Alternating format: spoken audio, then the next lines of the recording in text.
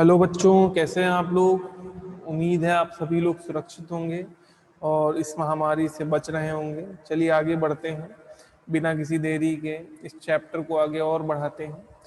हम आज पढ़ने वाले हैं, कल का कंटिन्यूएशन है। तो कल का कंटिन्यूएशन क्या है, आज का वीडियो आपको पब्लिक नहीं मिलेगा, ठीक। ये मिलेगा अनलिस्टेड, मीन्स उन्हीं बच्चों को देखने को मिलेगा जो बच्चे हमसे जुड़े हुए हैं, those who are paying fees. Okay. Okay, if anyone wants to join, they can contact on the given number in the description box. Okay, now we have to continue the next topic, that is on the pretext alleged misrule.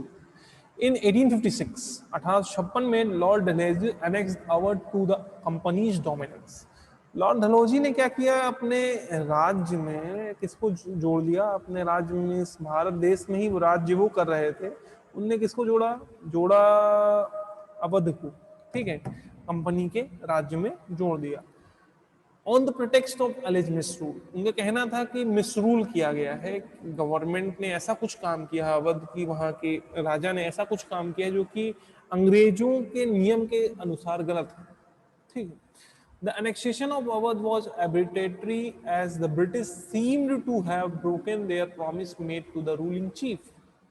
बल्कि ऐसा कुछ नहीं था, उसका उलट जो वादे अंग्रेजों ने किए थे उसको तोड़ा गया, ठीक है। दिस कॉस्ट, ये है भाई साहब लॉर्ड डलहौजी, ठीक है, सारे कारनामों की जड़। This cost resentment among the Indian in the general and Awadh and particular। देखो बुक का थोड़ा सा ब्लर होना पॉसिबल है, फोटो खींची गई, आप सामने बुक रखिए, ठीक है, इस वीडियो को ऑन करके बुक रखिए और जो जो चीजें मैं रीड कर रहा हूँ तो आप भी रीड करिए और समझते चलिए, ठीक है। Resentment among the Indians in the general and Awadh and particular, लोगों के बीच में डर व्याप्त होने लगा और खासकर अवध रीजन में खासकर ज्यादा डर फैला। Lord Dalhousie justified the annexation of Awadh on the protest the good of the govern, और डलहौजी का कहना था ये सही हुआ है, सही किया गया है, उनने कहीं ना कहीं मिसरूल किया है, दैट्स व्हाई उनका जो शहर वो छीन लिया गया, उनका ये कहना था। फिर but the people of Awadh on the, एक मिनट, हाँ, but the people of Awadh, weight of oil, Awadh के पीपल, रुक जाओ, हाँ, अच्छा, तो Lord Dalhousie justified that the good of the govern, उनका कहना था कि जो कदम उठाया गया ऐतिहासिक फैसला है, बदल देगा पूरी दुनिया को, बहुत अच्छा फैसला हुआ, ठीक, इतना कुछ नहीं कहा था बट उन्होंने कहा कि बहुत अच्छा फैसला, सही फैसला लिया गया। But the people of Awadh, लेकिन जो वहां के लोग थे, on the contrary had to face more hardship, उनके लिए दिक्कतें बढ़ गई थी, दिक्कतें घटी नहीं थी, बढ़ गई थी, क्योंकि वो रूलर के जाने के बाद और ज्यादा टैक्सेस गवर्नमेंट लगाने लगी थी। They had to pay higher land revenue and additional taxes on food, houses, ferries and justice। नियम कायदे कानून के लिए और दुकान लगाने के लिए, मेले के लिए, न्याय के लिए, सबके लिए उनके ज्यादा टैक्स देना पड़ रहा था, इससे और दिक्कतें बढ़ गई। This dissolution of Nawab of Awadh's army and administration threw thousands of nobles, officials and soldiers out of the job। जब अवध के रूलर्स को हटाया गया तो उनके साथ जो जुड़े हुए लोग थे, सैनिक थे, उनकी नौकरी छिन गई। एडमिनिस्ट्रेटिव जो पावर में जो लोग काम कर रहे थे उनकी काम छिन गया, ठीक है। ऑफिशियल्स थे, नोबल्स थे, जितने लोग भी जुड़े हुए थे, जो कि राजशाही पैसों पर रह रहे थे, जी रहे थे, उनका खाना पीना चल रहा था, वो सब कुछ चला गया, वो लोग बेकार हो गए, सारा कुछ उनसे छिन गया। फिर आगे क्या हुआ, the British confiscated the estates of the talukdars or jamidars, that this post-Zen talukdars became the opponents of the British। और कहीं ना कहीं जो वहां पे तालुकदार थे, जो कि टैक्सेस कलेक्ट करते थे, जमींदार थे जिनके पास जमीनें थी, सब कुछ क्या हुआ, अलग थलग कर दिया गया, ले लिया गया, और कहीं ना कहीं उनका सर नंगा हो गया। किसका सर नंगा हो गया? उन सभी ताल्लुकदार को, क्योंकि उनके पास एक छत थी। वो छत वो किसकी थी?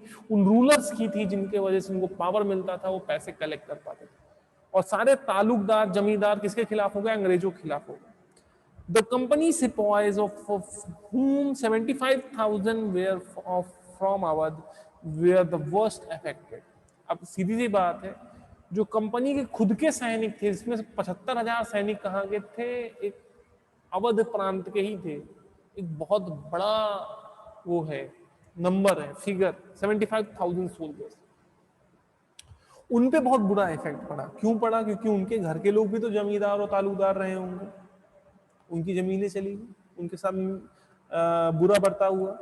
These soldiers had helped the British to conquer the rest of India. और ये वही सोल्जर हैं जिनने मदद की थी पूरे देश भर में कब्जा करने की। उन्हीं सोल्जर्स के जहां से वो बिलोंग करते हैं, उनके ही साथ बुरा बर्ताव किया जा रहा था अंग्रेजों के द्वारा। नहीं, जिनने उनका साथ दिया था, उन्हीं के पीठ पीछे खंजर भोंकने का काम कौन कर रहा था? अंग्रेज कर रहे थे।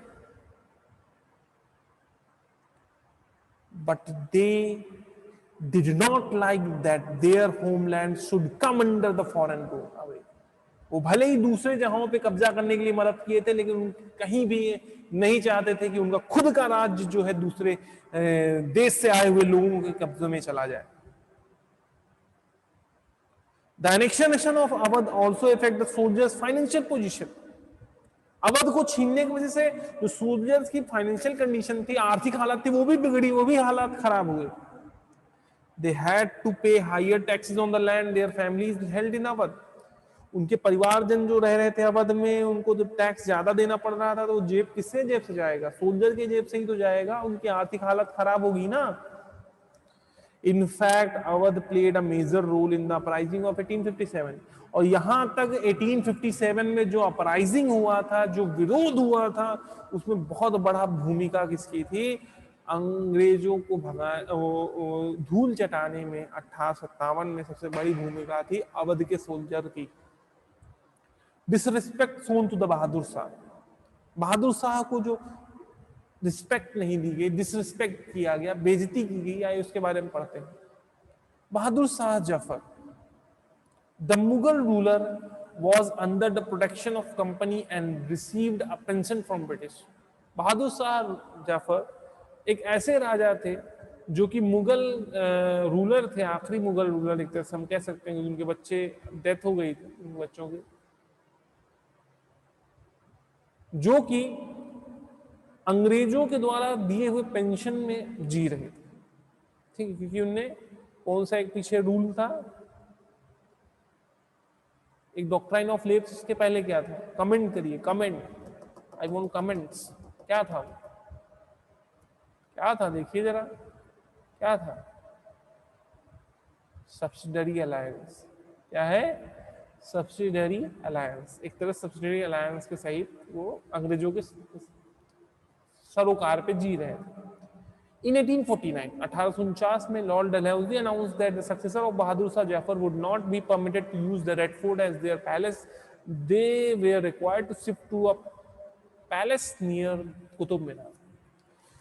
एक अनाउंसमेंट हुई। अनाउंसमेंट में क्या हुआ? अनाउंसमेंट में ये कहा गया कि 1856 में लॉर्ड कैनिंग में, नहीं, लॉर्ड डलहौजी ने 1849 में अनाउंस किया कि बहादुर शाह जफर और उनके सक्सेसर, ठीक है, नहीं सॉरी, सक्सेसर और बहादुर शाह जफर मीन्स उनके वंशज को परमिशन नहीं होगा रेड फोर्ट के एरिया में जाने का या उनका यूज करने का। ठीक है, और उनको कहाँ शिफ्ट होना पड़ेगा? उनको शिफ्ट होना पड़ेगा कहाँ पे?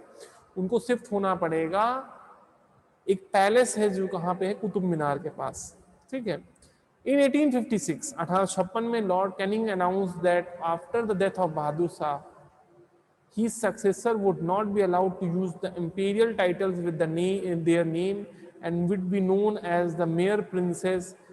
This decision of British hurt the feeling of Muslim. Consequently, Jeenat Mahal, the wife of Bahadur Shah, began the plotting against them. और 1856 में क्या हुआ? लॉर्ड कैनिंग जो है उन्होंने अनाउंस किया कि मरने के बाद, बहादुर शाह जफर के मरने के बाद जो टाइटल्स दिए हुए हैं जैसे बहादुर के, ठीक है, सब चीज़ों जो टाइटल्स हैं वो सब छीन लिए जाएंगे, उनको नहीं मिलेंगे, उनके सक्सेसर को, उनके बच्चों को नहीं मिलेंगे। और ये इससे आहत हुए, कौन आहत हुआ? मुस्लिम समाज आहत हुआ कि वो आखिरी मुगल रूलर थे, ठीक है, उनके साथ ये डिसरिस्पेक्ट हो गया। और इसकी वजह से जो है जीनत महल जो कि वाइफ थी बहादुर शाह जफर की, उन्हें प्लॉटिंग शुरू की, ठीक है, ठीक है, लखनऊ में जमीन बेचना नहीं शुरू किया, ठीक है। प्लॉटिंग मतलब कि वहां जमीनी बेचने की बात नहीं की जा रही है। प्लॉटिंग मतलब क्या है कि उनने षड्यंत्र बनाना शुरू किया, किसके खिलाफ? अंग्रेजों के खिलाफ, ठीक है। Next, treatment given to the Nana Sahib and रानी लक्ष्मीबाई। जो जिस तरह से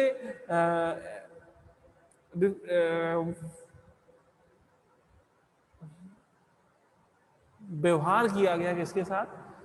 नाना साहेब के साथ और रानी लक्ष्मीबाई के साथ, वो भी देखने लायक है, निंदनीय है, खराब है, गलत। Nana Sahib was the adopted son of Bajirao second, the last Peshwa. Nana Sahib क्या कौन थे? आखिरी पेशवा थे, हम एक तरह से कह सकते हैं अडॉप्टेड सन थे, जो आखिरी पेशवा थे बाजीराव सेकेंड के। The British refuse to grant Nana Sahib the pension that they were paying to the Bajirao second. अंग्रेजों ने मना कर दिया कि जो पेंशन वो नाना साहेब के पिता बाजीराव सेकेंड को दे रहे हैं वो नहीं देंगे। Nana Sahib was forced to live at Kanpur. Nana Sahib को जबरदस्ती कहाँ रखा जा रहा था? कानपुर में रखा जा रहा था, far away from his family seat at Poona. उनके जो घर वाले जो पूना में रह रहे थे वो बहुत दूर थे, आप मैप में देख सकते हैं पूना और कानपुर के डिस्टेंस। और उस समय तो ट्रेन और फ्लाइट भी नहीं थी, ठीक है। This was widely resentment in the Maratha and region. इससे क्या है, मराठी बहुत गुस्से में थे, पेशवा बहुत गुस्से में थे। नाना साहेब वो had inherited wealth from the former Peshwa, which he utilized in sending the emissaries to the different part of the countries for generating the awareness among the Indians about the British policies. और जो भी पैसा था, धन था नाना साहेब के पास, उनके पिता से या उन पे जो मिला था, वो सब वो खर्च कर रहे थे, लोगों को भेज रहे थे अलग अलग हिस्सों में पूरे देश में, और लोगों को ये बताने में पैसे खर्च कर रहे थे कि पहचानो, उनकी पॉलिसीज समझो, और कहीं ना कहीं हमारे फायदे के लिए नहीं है, ये हमारा सिर्फ उपयोग कर रहे हैं, ये हमें एज अ बॉटल समझ रहे हैं 15 रुपए वाली, यूज एंड थ्रो। चलिए, Nana Sahib traveled between Delhi and Lucknow to gather the support for movement. Nana Saheb Delhi से लखनऊ जाते आते रहते थे, जिससे क्या है उन्हें और ज्यादा सपोर्ट मिले, और ज्यादा लोग साथ आए, जिससे वो क्या कर सके, अंग्रेजों के खिलाफ खड़े हो सके। Rani Lakshmibai of Jhansi who became the victim of doctrine of lapse. Rani Lakshmibai Jhansi की, वो भी क्या बनी थी? विक्टिम बनी थी किसकी? डॉक्ट्राइन ऑफ लेप्स की। Became a bitter enemy of the British as her adopted son was not accepted as their heir to the throne. और बहुत ज्यादा परेशान किया था किसको? अंग्रेजों को परेशान किया था। क्यों? क्योंकि उनके अडॉप्टेड सन को एज अ पेंशनर या फिर एज अ हायर नहीं माना जा रहा था किसके? रानी लक्ष्मीबाई के, ठीक है। तो the other Indian rulers who were not adversely affected became the suspicious lest they should meet the same fate. और ये सब कुछ हो रहा था, और इससे जाहिर हो रहा था, पता चल रहा था सभी लोगों को कि इनकी पॉलिसी क्या है अंग्रेजों की, और वो आज हो या कल किसी ना किसी के साथ ऐसा ही कर। चलिए, अब नेक्स्ट बात करते हैं absentee sovereignty rule. Absentee sovereignty means that India was being ruled by the British government from England and at a distance of 1000 miles. क्या है? अंग्रेजों के द्वारा वो राज किए जाते थे जो कि हजारों मील दूर रहते थे, ठीक है। Absentee sovereignty of British rule was resented by Indians. The earlier rulers like the Mughals who conquered India had the course of time course of time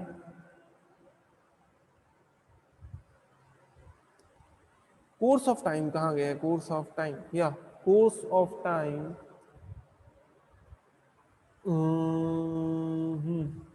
course of time and settled in India. The revenue they collected from the India were spent in India only, but in the case of Britain, India felt that they were being ruled from England, and Indians' wealth was being drained to England and not utilized for their welfare.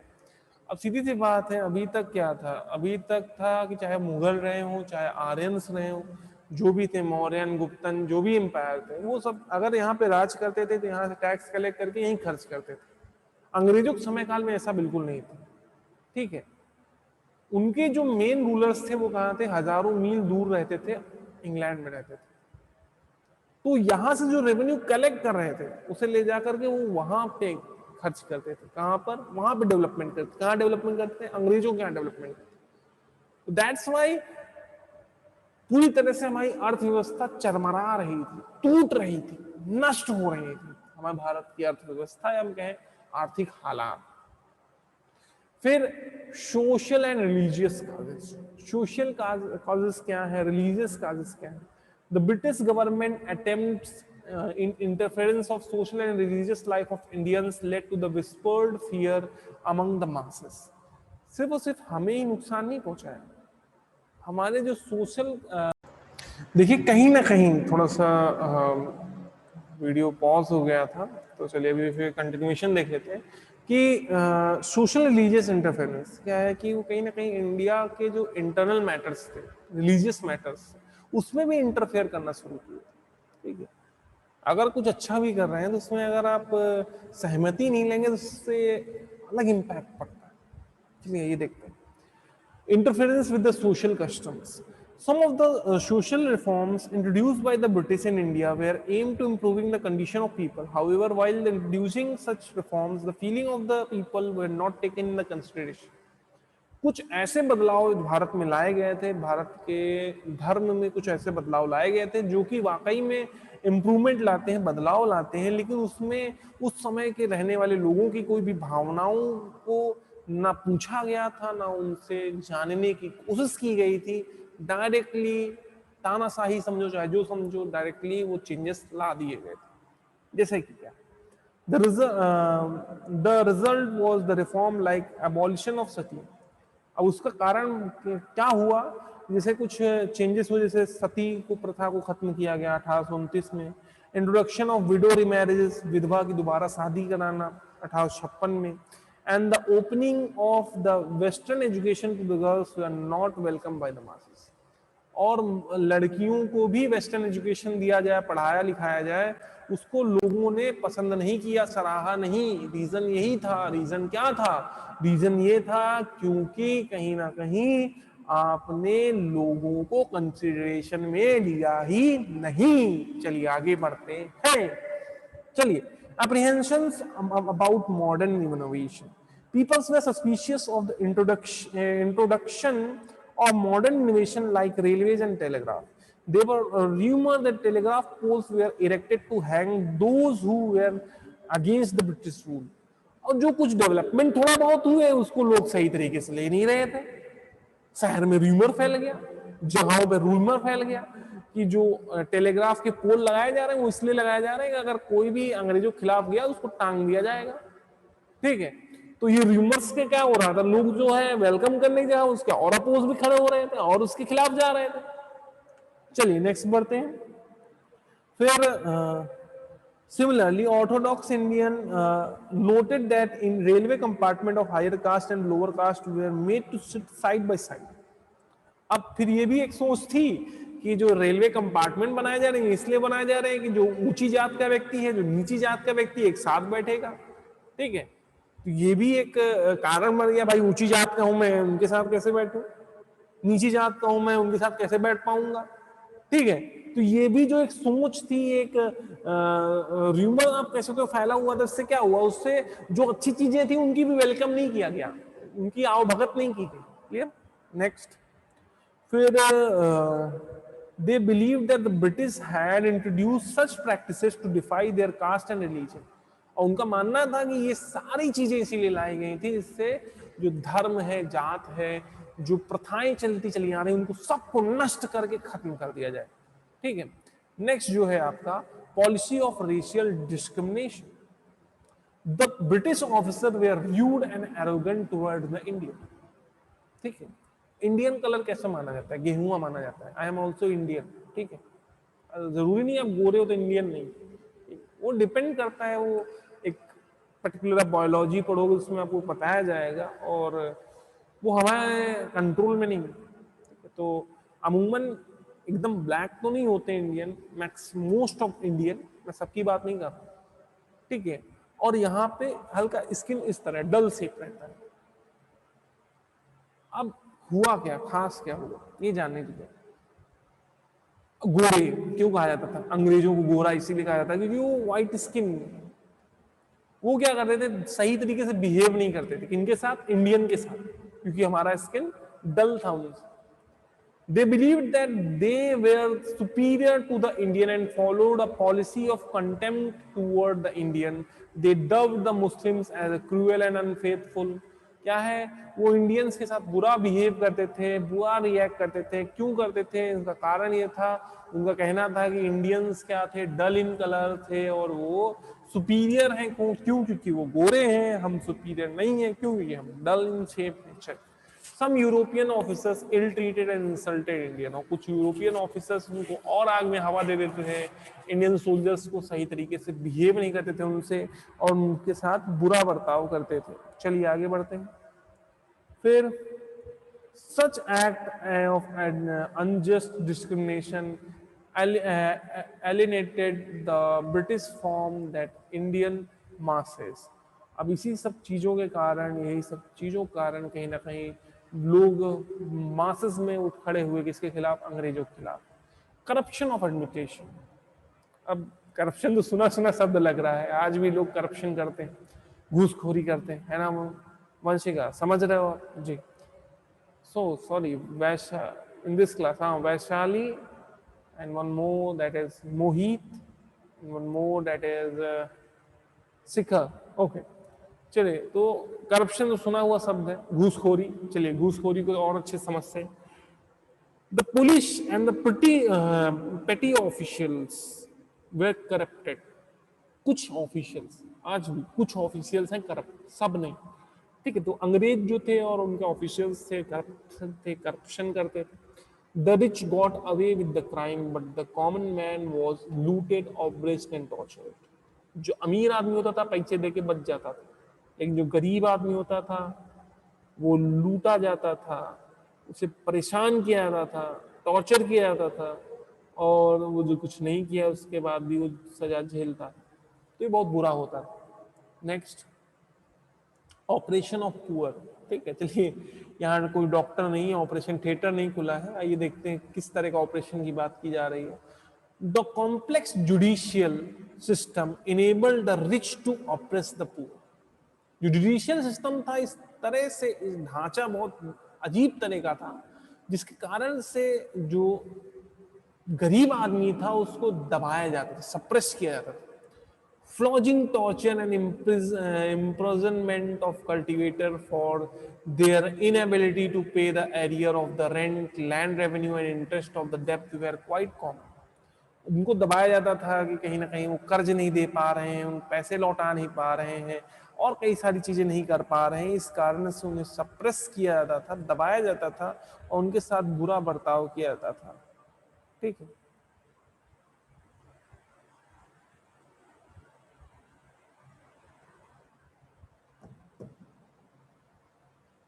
Next,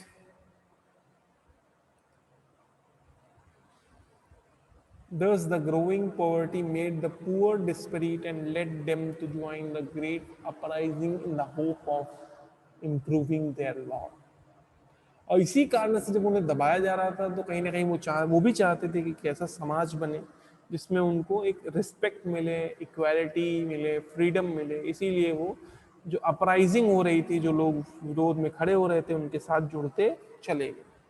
activities of missionaries. The British were different from India in the रेश।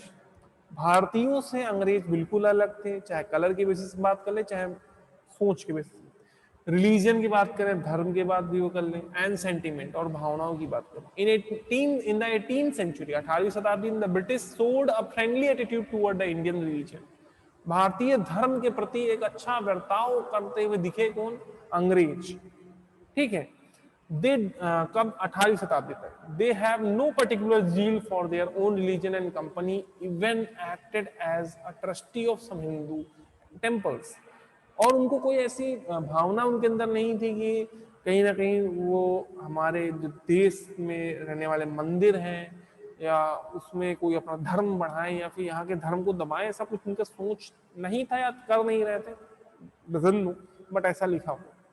ठीक है, और कई मंदिरों के trustee भी बने हुए थे। ठीक है, मंदिरों को प्रोटेक्ट भी कर रहे हैं। However, in 19th century, 19वीं शताब्दी में this attitude underwent a change. ये चीजें बदलने लगी। The British began to interfere with the local religion and social customs. धर्म और उनको अपनाए गए तरीकों में सब में वो इंटरफेयर करने लगे, दखलंदाजी करने लगे। They denounced the idol worship and dubbed local beliefs as incoherent. और उन्होंने आइडल वर्शिप को मानना बंद कर दिया, भगवान को मानने को मना किया, और उन्होंने कहा कि जो ये भी कस्टम्स माने जा रहे हैं, जो भी ये कायदे कानून अपनाए जा रहे हैं, वो सब गलत है, बेफजूल है, कोई किसी काम करे। आफ्टर 1813, 1813 में there was an increase in both in the number of activities of Christian missionaries. दोनों क्या हुआ, नंबर बढ़ा, क्या कहते हैं, क्रिश्चियन का भी और क्रिश्चियन मिशनरीज की एक्टिविटीज भी बढ़ी। ठीक है, ध्यान दीजिए, शब्द को पकड़िए। The Indian thought that the government was supporting missionaries who would convert them to Christianity. और भारतीय लोगों ने सोचा कि हाँ, गवर्नमेंट क्या कर रही है, उनको मदद कर रही है मिशनरीज को, और कहीं ना कहीं सबको क्रिश्चियन बना के ही छोड़ेंगे, और ये बहुत बड़ी दिक्कत की बात है। फिर fear regarding the western education, और फिर दिक्कत क्या है, वेस्टर्न एजुकेशन को लेकर डर आया। The western education of was introduced in the number of schools. कई स्कूलों में, कई संस्थानों में वेस्टर्न एजुकेशन पढ़ाना शुरू किया गया। इन 1829, 1829 में the Bengal government establish an English class in Calcutta madrasa which was a Muslim institution. मदरसा, आप नाम से समझ गए, मुस्लिम इंस्टीट्यूशन की बात करें जो कि कलकत्ता में था। वहाँ पे इंग्लिश पढ़ाया जाना शुरू किया गया, जो कि वेस्टर्न एजुकेशन है। मदरसा में उर्दू पढ़ाई जाती है, आप अगर जानते हो, उर्दू, अरबिक। ठीक है, इंग्लिश नहीं था, इंग्लिश को इंट्रोड्यूस किया गया। फिर later English classes were introduce in Banaras Sanskrit college. और बनारस की जो संस्कृत का, जहाँ संस्कृत सिखाया जाता है, आप देखो, मुस्लिम्स के लिए उर्दू, हिंदू के लिए संस्कृत, दोनों इंपॉर्टेंट है ना। वैसे संस्कृत कॉलेज में क्या पढ़ाने, इंग्लिश पढ़ाने। The shifting of emphasise from oriental learning to the Western education was received well by the people, especially the Pandits and the Muslim Maulvis. They saw the attempt of discouraging the tradition Islamic and Hindu studies. People started suspecting that aim of Western education was not to promote the lecture and the science, but encouraging their children to become a Christian. अब इससे आहत कौन हुए? आहत वो लोग हुए जो इससे जुड़े हुए थे।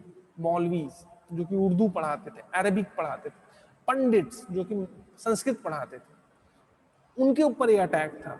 क्योंकि अब जो वेस्टर्न एजुकेशन सिखाया जा रहा था, वो लोग हेल्पलेस थे, उनके रोजगार छिन रहे। और कहीं ना कहीं ये फैलने लगा कि ये सिर्फ इंग्लिश नहीं सिखा रहे हैं, ये एक तरीका है जिससे वो अट्रैक्ट कर रहे हैं, किसको? अंग्रेज अट्रैक्ट कर रहे हैं हमारे बच्चों को और सबको क्रिश्चियन बना रहे हैं। ठीक है, यहीं पे कंक्लूड करते हैं इस चैप्टर को आज के दिन के लिए। अगले दिन हम टैक्सिंग रिलीजियस प्लेसेस, और कितनी क्रुएलिटी की है अंग्रेजों ने, कितना ज्यादा हमें टॉर्चर किया है, वो सब और देखेंगे अगले एपिसोड में। ठीक है, चलिए, मजाक की बात अलग है, बट हम अगले वीडियो में मिलेंगे जिसमें हम डिस्कस करेंगे टैक्सिंग रिलीजियस प्लेसेस से आगे कंटिन्यू करेंगे। होपफुली आप लोगों को समझ में आया होगा। कोई भी डाउट हो आप लोग मैसेज कर सकते हैं। Okay, thank you very much for watching this video till last. Take care, good bye. Take all the precautions which are necessary or needed to be safe from that devil that is coronavirus. Thank you very much for watching this video. Do not share this video because this is unlisted video. Okay, thank you very much. Goodbye, take care.